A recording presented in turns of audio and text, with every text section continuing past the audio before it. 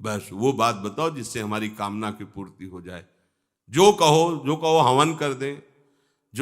ये हवन से, ये ताबीज बांधने से, ये घोड़े की नाल की अंगूठी पहनने से ये बुरा लगेगा सबको। कुछ नहीं होता, कुछ नहीं होने वाला। तो ये सब हरि के अनुचर हैं, सब हरि के अनुचर हैं। जानकी नाथ सहाय करे तो कौन बिगाड़ सके नर तेरो। है ये शुक्र शनिचर राहु केत सब क्षण में हुई है तेरे चेरो। जानकी नाथ सहाय करे कौन बिगाड़ सकता है। महाप्रभु हरिवंश चंद्र जी कह रहे, जो पे कृष्ण चरण मन अर्पित तो करी है का नवग्रह रंक। ये बेचारे नवग्रह भिखारी क्या तुम्हारा कर सकते हैं। यदि तुम बादशाह श्री कृष्ण के दास हो तो ये चाहे जिस नक्षत्र में बैठे हो तुम्हारे अनुकूल चलेंगे, तुम्हारे अनुकूल चलेंगे। अपने को चढ़ा दो श्री हरि के चरणों में और हरि से विमुख हो तो, लेकिन ये सेवक हरि के हैं और हरि के तुम विमुख हो तो ये प्रसन्न हो ही नहीं सकते, तुम्हारा पतन ही होगा। पर ये संसार समझता नहीं। भगवान नाम से मतलब नहीं, भगवत आराधना से मतलब नहीं। अरे भाई ये लोकपाल हैं, जानते हो भक्त को भी काम क्रोध क्यों सताता है। ताकत नहीं इनकी प्रवेश कर जाए, अहंकार है इसलिए। और भगवान को अहंकार अच्छा नहीं लगता, इसीलिए भगवान के सब दूत हैं चढ़ बैठते हैं। देख तू कितना बड़ा साधक, कितना बड़ा भजनानंदी, दिखा हमें। अब फेल तो मैं भगवान की शरण, तो हो ना भगवान की शरण। और भगवान की शरण में हो जाए तो यही महासुख प्रदान करने लगते हैं, और कोई नहीं, इन्हीं के लड़का बच्चा है। द्वारिकाधीश के पुत्र रूप में कौन प्रकट हो रहा है। भगवान कामदेव, जो प्रद्युम्न अवतार है, साक्षात कामदेव हैं। कामदेव साक्षात आ रहे हैं। हम प्रभु से विमुख हो, कोई हमारा सहयोग कर सकेगा, कोई नहीं कर सकता। और अगर करने गया तो वो भी उल्टा टंग जाएगा। ये भी बात समझ लो। भगवान देख लो, हम आपको उदाहरण बता रहे हैं कि तो कैसे काशी नरेश, पौंड्रक, ये सब मिलकर भगवान के विरोध में हुए। भगवान ने सुदर्शन चक्र को छोड़ा, काशी नरेश पौंड्रक सबका उद्धार किया। और काशी नरेश का पुत्र था सुदक्षिण, उसने विचार किया कि ये तो बहुत बड़े अपमान की बात है। भगवान शंकर की नगरी में रहता, काशी में महामृत्युंजय है, काल के भी महाकाल हैं। पंडितों से कहा ऐसा उपाय नहीं कि हम द्वारिका को भस्म कर दें। बोले है, भगवान शिव के ऐसे ऐसे मंत्र हैं कि वो तो विनाशकारी भी तो है ना, वो बहुत सुंदर भी है। कर्पूर गौरम करुणावतारम संसार सारम, करुणा के स्वरूप है। आशुतोष नाम है। एक चुल्लू जल ऐसा कोई देवता नहीं मिलेगा जो संसार में कोई देवता नहीं खाता, वो इन पे चढ़ाए जाते हैं। अकौड़े का फूल, धतूर का फल ये कोई पता है? नहीं पता। इतने से वो प्रसन्न, इसीलिए वो आशुतोष रीझ जाए तो पूरा नगर का नगर सोने का ऐसे दे दिया, लंका उन्हीं दे दिया। और अगर दृष्टि बदल जाए तो हनुमान जी बनकर पूंछ में आग लगा को उसी लंका को नाश कर। बड़े विचित्र है। हाँ है भगवान शंकर विनाशकारी, द्वारिका को भस्म कर सकते हैं। आराधना की सुदक्षिण ने, बड़े बड़े विद्वान बुलाए। काशी तो विद्वानों की नगरी, और ब्राह्मणों की विद्वता तभी सार्थक है जब प्रभु में उसका समापन हो। विद्या कौन? जो भगवान से मिला दे। अविद्या कौन? जो अहंकार माया में लगा दे। तो उन विद्वानों की ये समझ में नहीं आया कि किसके विरोध में मुझे अनुष्ठान में बैठालना है।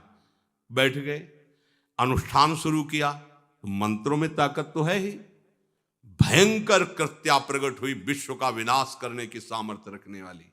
मंत्रों के द्वारा उसे प्रेरित किया, जाओ द्वारिकापुरी को ही भस्म कर दो। और ये पता नहीं था कि द्वारिकापुरी ब्रह्मा की बनाई हुई नहीं है। सारी की सारी शक्तियां ब्रह्मा की बनाई हुई चीज पर बिगाड़ सकती हैं, लेकिन चिदानंद धाम में इनका तो प्रवेश ही नहीं। अब दूर से द्वारिका में दिखाई दिया, भयंकर ज्वाला में कृत्य आ रही। लोग भागकर भगवान के पास गए, प्रभु कोई भयानक मंत्र से आविष्ट होकर कृत्य आ रही जो नष्ट करना चाहती द्वारिका। तो तुम्हें घबराने की जरूरत नहीं, ना बताने की जरूरत है। द्वारिका हर समय सुदर्शन से सुरक्षित है, और सुदर्शन कोई जड़ चक्र नहीं है, वो चैतन्य भगवत पार्षद है। जब जहां जैसा अवसर आता है वैसा वो रूप रख लेते हैं।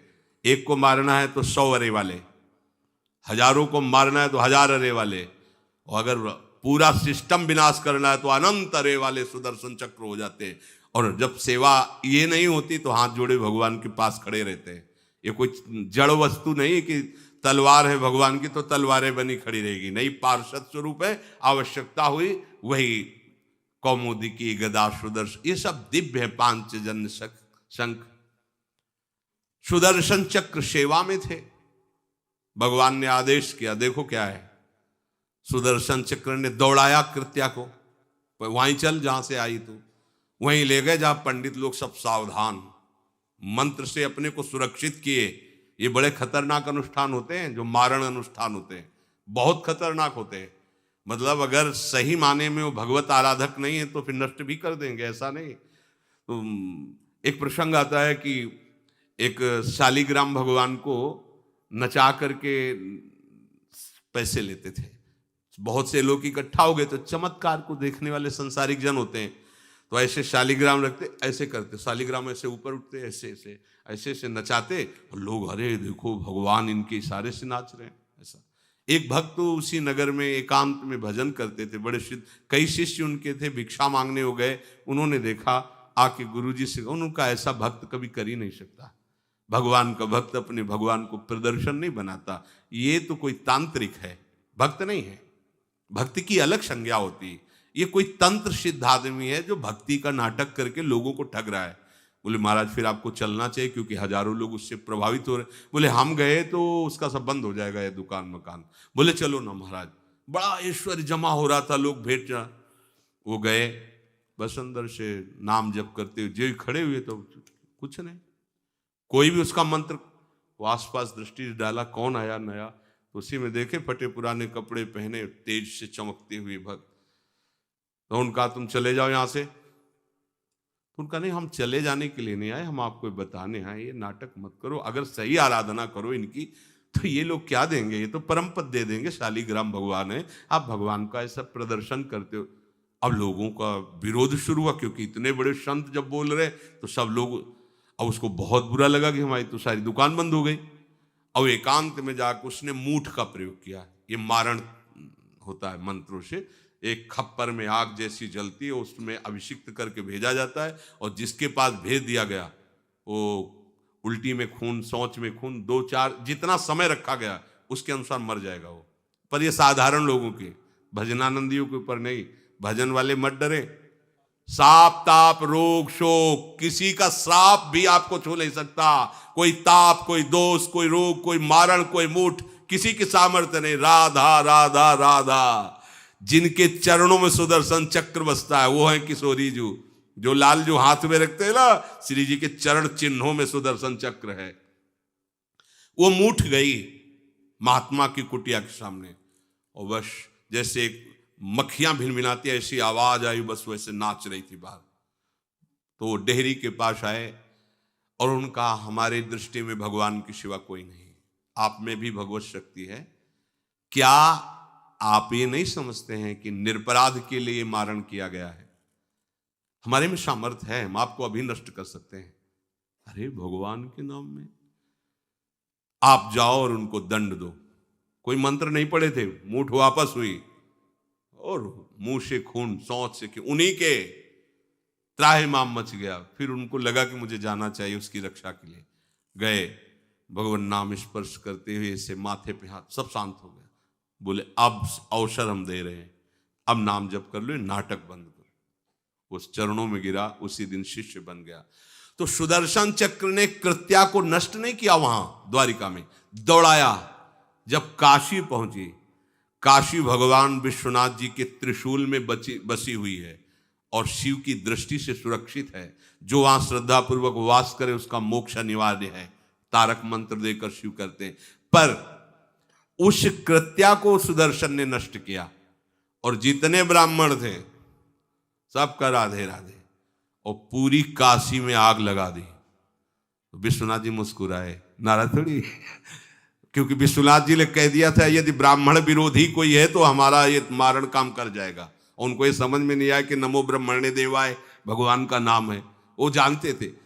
तो कोई भी भगवत विरोध भाव लेकर के किसी भी देवता की आराधना करके कुछ नहीं होने वाला। किसी भी देवता, एक तांत्रिक बहुत वो संतों को परेशान करता था, धर्म सम्राट स्वामी श्री करपात्री जी महाराज, ये बहुत पुरानी बात नहीं है। तो उन्होंने संतों ने आगे बताया कि बहुत अपमान कर देता है। उन्होंने कहा ठीक है, गए, हाँ भाई शुरू हो जाओ तुम, जितना तुम्हारे पास तंत्र है हम एक भी मंत्र नहीं बोलेंगे, दंड लिए हुए हम एक भी मंत्र नहीं बोले, हम केवल खड़े हैं, तुम प्रयोग करो। वो जो उसके तंत्र के प्रयोग, नारायण नारायण नारायण नारायण, कुछ नहीं बोले। अब हम प्रयोग करें तो उठा, साष्टांग दंडोत हुआ, बोले आप धर्म सम्राट करपात्री जी हैं क्या? क्योंकि इतनी सामर्थ्य केवल उन्हीं में है जो मुझे रोक सके दूसरे। बोले बंद कर दो, दोबारा शिकायत नहीं आनी चाहिए हमारे पास। तंत्रों में बड़ी सामर्थ्य होती है, लेकिन भगवान में अनंत सामर्थ्य होती है, अनंत सामर्थ्य होती है।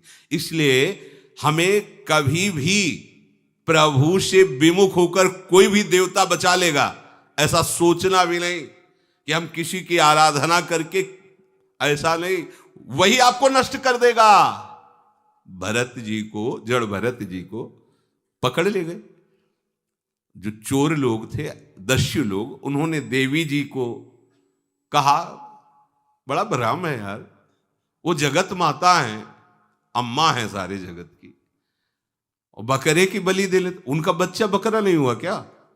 जब जगन माता है, जगदम्बा है, जगद अम्बा है वो, तो क्या ये छोटे छोटे जीवों को जो बलि देते हैं, क्या उनको ये पता नहीं कि ये उनकी अम्मा है? उनके सामने काट रहे हो, मां तो मुझसे प्रसन्न होगी। काट लो, अभी अवसर आएगा तब तुम्हें पता चलेगा। अब वो जो पकड़ के लाया गया था मनुष्य बलि के लिए, तो वो दस्युराज, एक बाजार सी लगी थी, उत्सव मनाया गया, उसे कहा गया था जो मनावे सो खाओ। तो जहां जाता अच्छे अच्छे पदार्थ खाता, तो दुकान वाले ने खा ले, थोड़ी देर बाद गड़ासा चले गए। बोले क्यों? तो बोले तुम्हें पता नहीं क्या? बोले नहीं। बोले बलि के लिए लाए गए हो। अब तो जलेबी मुंह की मुंह में रह गई कि इसके बाद गड़ासा चले। आसपास देखा तो रक्षक इधर उधर थे, भाग लिया। अब रक्षकों ने देखा कि वो तो है ही नहीं, अब उनको बड़ा भय लगा। अब वहां कोई फोटो थोड़ी खींची गई थी कि बलि किसकी चढ़ानी है। अब वो भागे, महाराज बैठे थे पद्मासन में, जड़ भरत जी ब्रह्माकार वृत्ति, इन्हीं को पकड़ ले गए, बढ़िया तगड़ा तंदुरुस्त है। और दस्युराज ने कहा बलि का जो वो लाया गया, हाँ मारा, अष्ट देख के प्रसन्न हो गया, तेजो में हष्ट पुष्ट ब्रह्माकार वृत्ति इनकी। बोले स्नान करवाओ। सालों से स्नान नहीं हुआ तो को उपटन लगा के स्नान कराया। खीर पुआ रबड़ी रसगुल्ला सामने भोग लगाओ, दबा के खूब खीर पूड़ी रबड़ी पाई। अब वो तो भगवान के प्रेमी भक्त है, ब्रह्माकार स्वरूप है, अपने स्वरूप में स्थित है। इसके बाद तिलक लगाया, बोले गर्दन झुका। भरत जी अंदर से कह रहे खीर खाया ना, अब गर्दन भी झुका, गर्दन भी कटेगी। भक्त की गर्दन यदि श्रद्धा से झुके तो ठीक, अगर जबरदस्ती से झुका दिया तो तुम झुकाने लायक नहीं रह जाओगे, भी ध्यान रखना। क्योंकि ये गर्दन अब गर्दन नहीं, ये किसी और की शान बन चुकी है। भक्त की गर्दन किसी की शान है, और वो उनकी शान है जो सबकी जान है। देवी जी की मूर्ति में आग लग गई, दाह शक्ति पैदा हो गई। जे ही जड़ भरत जी का शरीर ऐसे किया, फाड़ करके मूर्ति भद्रकाली प्रकट हो गई। और जो गड़ासा काटने उसी को उठाया, काट काट के उन्हें दस्युराज से लेकर समस्त सांप को काट करके खून की होली खेल दी। भरत जी ने देखा जब कोई काटने वाला नहीं है तो बोले ठीक है, अब चलो पचाने के लिए टहलते हैं, थोड़ा खीर पुआ खाया, चल दिए, कोई रोक। देवी जी से एक बार भी लिखा कि मां बड़ी कृपा है। जो भगवान का भक्त है वो दूसरे की कृपा भी नहीं मना सकता। नहीं, एक बार भी मुड़कर ऐसा प्रसंग नहीं आया कि देवी जी के देखो बड़ी रक्षा कर, कुछ नहीं। प्राण जाने पर कोई भय नहीं, रक्षा होने पर किसी की स्तुति नहीं, अपने मंगल विधान हरि आश्रय। सत्संग हरि आश्रय देता है, बहुत बड़ा बल हरि है, मान लो। एक दिन आपसे कह रहे थे कि जब आपने देखा नहीं उनको, उनसे बात नहीं हुई, और आप उनके जनों से बात सुनकर उनकी तरफ चल पड़े, इस बात से हरि आपके ऋणी हो जाते हैं। भगवान इसी बात से ऋणी हो जाते हैं। बस ये बात आप हृदय में बैठा लीजिए। जैसे लोग प्रश्न करते हैं ना कि हमने भगवान को देखा नहीं, भगवान को हम कैसे, किसी की बात तो मान लो ना। आप मान लो, वो तो आपके अंदर भी बैठे हुए हैं, वो आपको इतना प्यार देने लगेंगे, जहां कोई सहायक नहीं होगा वहां हरि आपको दिखाई देंगे। देख लेना, बिगड़ी ऐसे क्षण में बन जाती है, ऐसा लगता है गला कटा तो वो तलवार गले तक आएगी, हार बनकर सुगंधित फूल बन जाएगी, पर गले तक आने आने तक तुम्हारी निष्ठा देखी जाएगी। नहीं नहीं, बस मेरे हरि का यही विधान, वो आते आते हार बन जाएगी, वो तलवार तुम्हारा गला नहीं काट पाएगी, क्योंकि गले में हरि नाम चल रहा है। मान लो हमारी महालक्ष्मी चरण चापती रहती, क्या चाहिए तुम्हें, क्या चाहिए? आप सच्ची मानिए, क्या मतलब कितनी मलिनता छा गई है। हम इसको मार देंगे तो 2 लाख रुपए मिल जाएंगे, ये कर देंगे तो, अरे भैया अगर तू हरि नाम जपेगा तो इसकी कीमत नहीं है, कीमत नहीं, अमूल्य वस्तु है। इसके ब्याज में तू कुबेर बन सकता है, मूल्य तो कभी खत्म होता ही नहीं है, ब्याज में तू ब्रह्मा बन सकता है।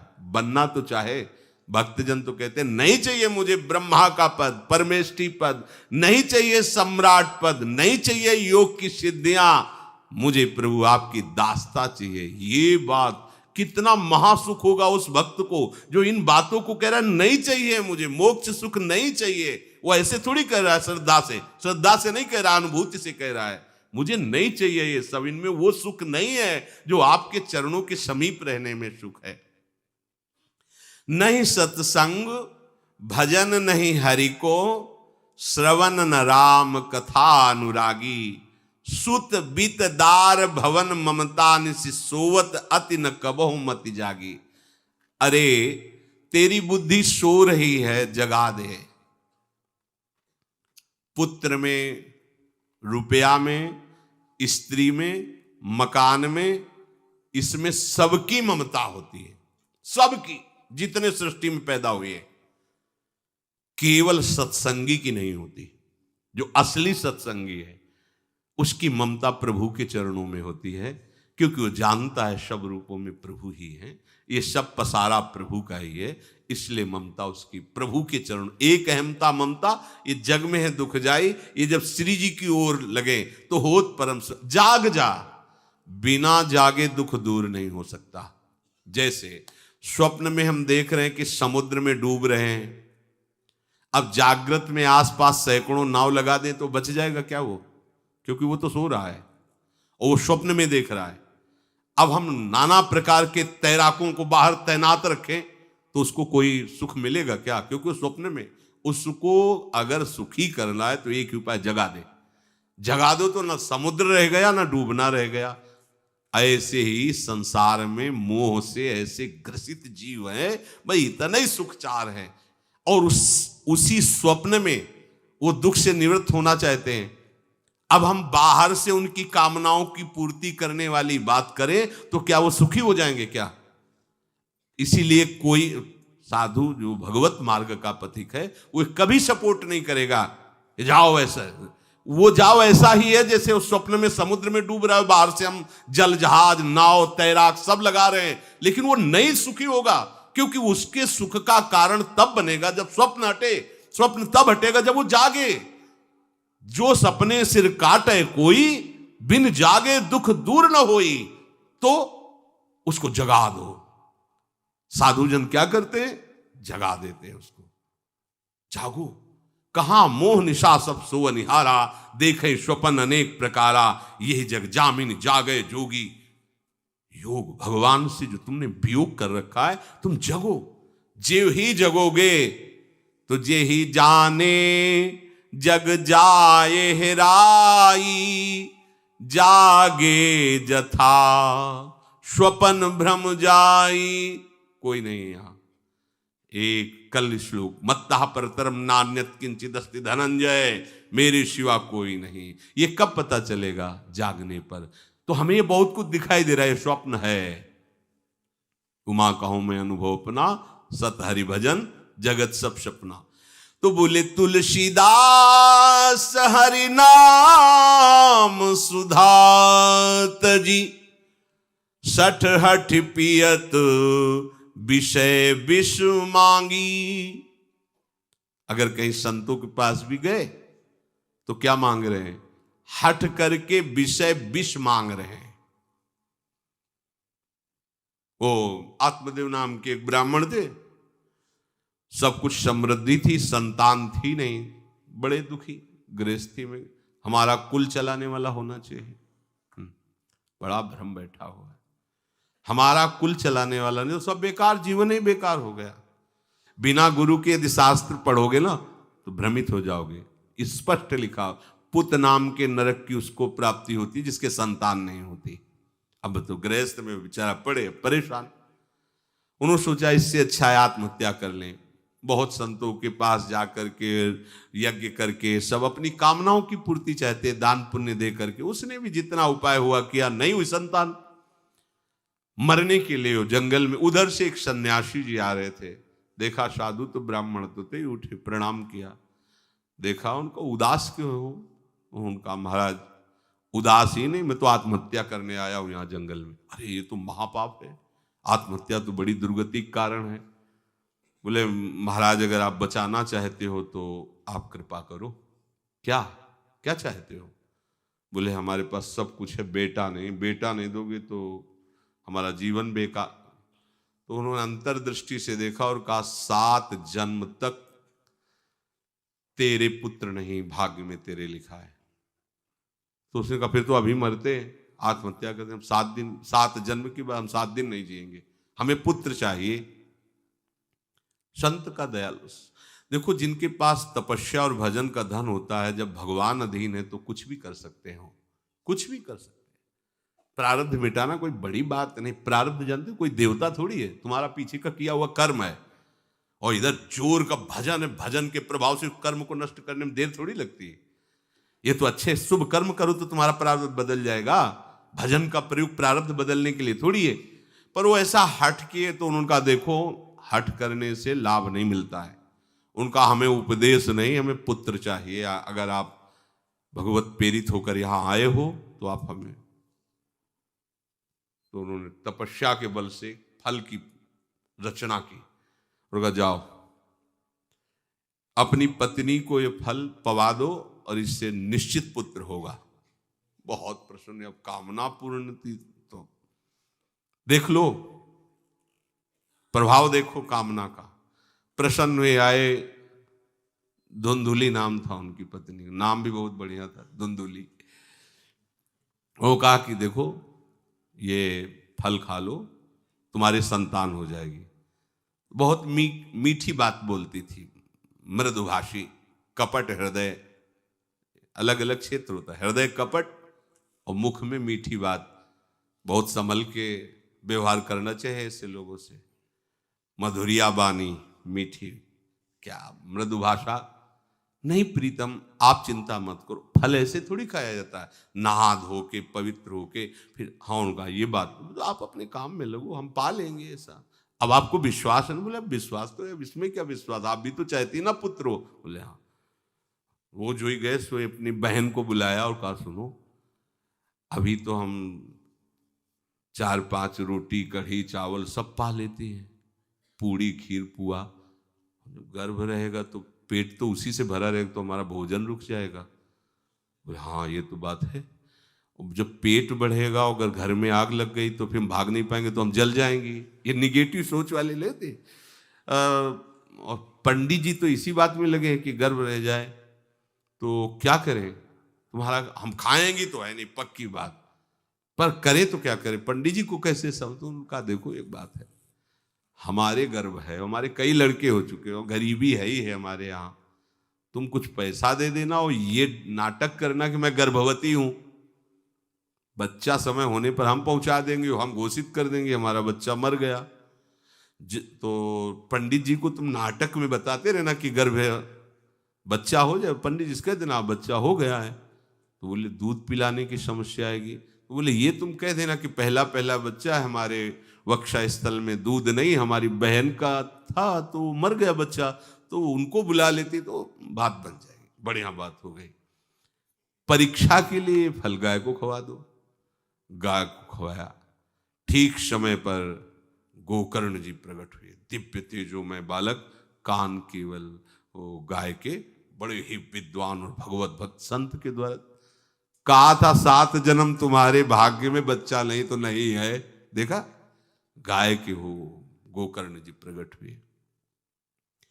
उधर उनके जो बच्चा पैदा हुआ वैसे ही नाटक के द्वारा पहुंचा दिया गया, वैसे ही पूरा जैसा पहले पक्का हुआ।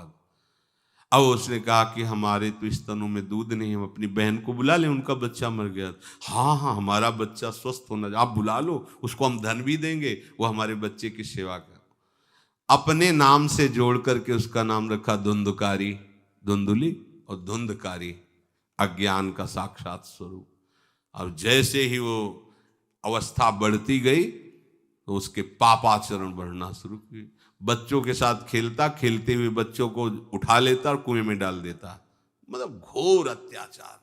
गोकर्ण जी हर समय भजन साधन शास्त्र स्वाध्याय। जब और बड़ा हुआ तो माता जी को अपने डंडों से रोज पूजन करता, पिताजी को गाली लात थप्पड़।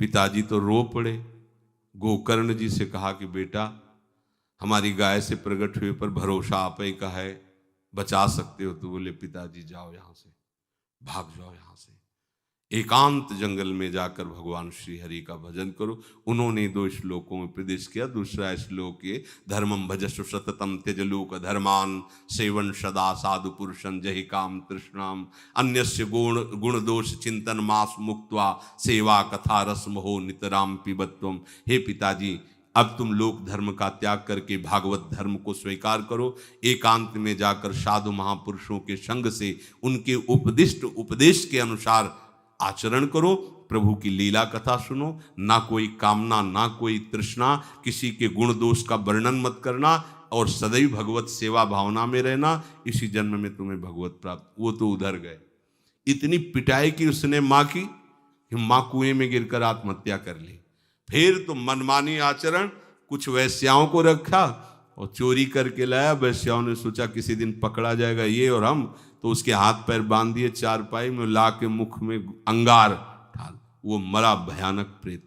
कामना ने क्या किया, सर्वनाश। किसी को हरि विमुख होकर कभी सुख मिल सकता है? आप संतों के पास जाइए, अपनी कामना रखिए। हम ये नहीं कहते कि कामना तुम त्याग पाओगे, कामना रखिए, भगवान के पास जाइए, अपनी कामना रखिए, क्योंकि आप कामना से युक्त हैं। पर छूट इतनी दे दीजिए कि जिसमें हमारा मंगल हो वो करना। जैसे नारद जी भगवान से अपनी कामना रखते हैं कि हमारा ब्याह करवा दीजिए, और बाद में एक छूट दे देते हैं कि जेहि विधि होए नाथ हित मोरा। तो हरि को अच्छा लगेगा, गुरुजनों को अच्छा लगेगा कि इस कामना से इसका कोई जीवन बाधित नहीं होगा, वो पूर्ण भी कर देंगे। और अगर लगा कि इसका पतन हो जाएगा तो आप रोते रो तो भी कामना की पूर्ति नहीं करेंगे। उत्तम बात तो ये है कि कामना हरि की प्राप्ति की करो, वो सर्व सुख स्वरूप हैं। किसी का अन्य आश्रय अन्य बल ना लेते हुए अपने श्यामा श्याम के चरणों का आश्रय लेकर निरंतर भजन करो, तो ये अनुभव हो जाएगा कि सुख किसे कहते हैं। अभी तुम्हें परिचय ही नहीं मिला, सुख किसे कहते हैं। सुख सच्चिदानंद है, सुख एक रस है, सुख अविनाशी है। वो सुख सदैव बढ़ता रहता है, घटता कभी नहीं। एक रस होते हुए भी प्रतिक्षण वर्धमानम है, कभी कभी अंत नहीं होता इस सुख का। ऐसे अनंत सुख के लिए हमें मनुष्य जन्म मिला है। प्यारे, इसे मत खोइए, हर समय राधा राधा राधा राधा राधा, और किसी को दुख मत दीजिए। कोई गंदा नशा मत कीजिए, कोई गंदे आचरण मत कीजिए, गंदा भोजन मत कीजिए जिससे अन्य जीवों को कष्ट हो। ऐसा कोई भोजन स्वीकार मत करो। इसी जन्म में आप देख लेना, इसी जन्म में आपको वो वस्तु मिल जाएगी, निहाल हो जाओ। हम किसी पक्षपात की बात नहीं करते। अगर इस छाती को बचपन से अभी तक ऐसा तो हम कह देते कि भाई आगे कुछ भी हो, कोई भी हमारी गलती हो, हम ये मान सकते